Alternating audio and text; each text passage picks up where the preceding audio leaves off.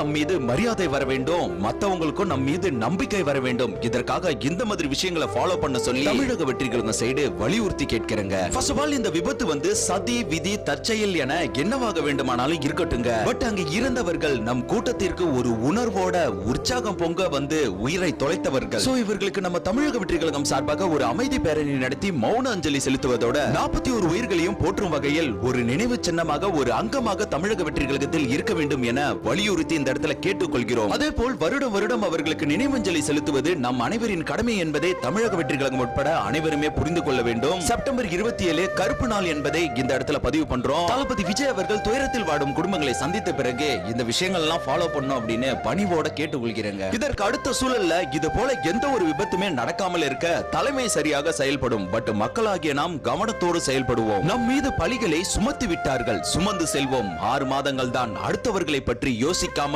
எடுத்துக்காட்டாக சீமான், சாட்டை, மற்ற கட்சியினர், சமூக வலைதள பேச்சாளர்கள் என யாரையும் பற்றி யோசிக்காமல் நம்ம என்ன செய்ய போகிறோம், நம்ம கட்சியின் அடுத்த களம் என்ன என்று இதை பற்றி யோசித்தாலே நம்மளோட வெற்றி கண்டிப்பா நம்மள தேடி வருங்க. தற்கூரி என்ற பெயரை வீழ்த்த நமது கொள்கை தலைவர்கள் மற்றும் பேசிக் அரசியலை தெரிந்து கொள்ளுங்கள் தொண்டர்களே. சினிமா மோகன்ற கூட்டம் இல்ல, இது சிந்தித்து செயல்படும் கூட்டம்ன்றத ஸ்ட்ராங்கா நிரூபிக்கணும். எதை பத்தியும் யோசிக்காம நம்ம அரசியலை பத்தி மட்டுமே யோசிப்போம். நல்லதே நடக்கும், நம்பிக்கையோட இருப்போம். இந்த வீடியோக்கு கீழே அரசியல் கற்போம்னு மறக்காம கமெண்ட்ல சொல்லுங்க. நான் சாகுற வரைக்கும் ஒண்ணு மட்டும் என்னால நிச்சயமா செய்ய முடியும், அது உங்களுக்கு உண்மையா இருக்கிறது.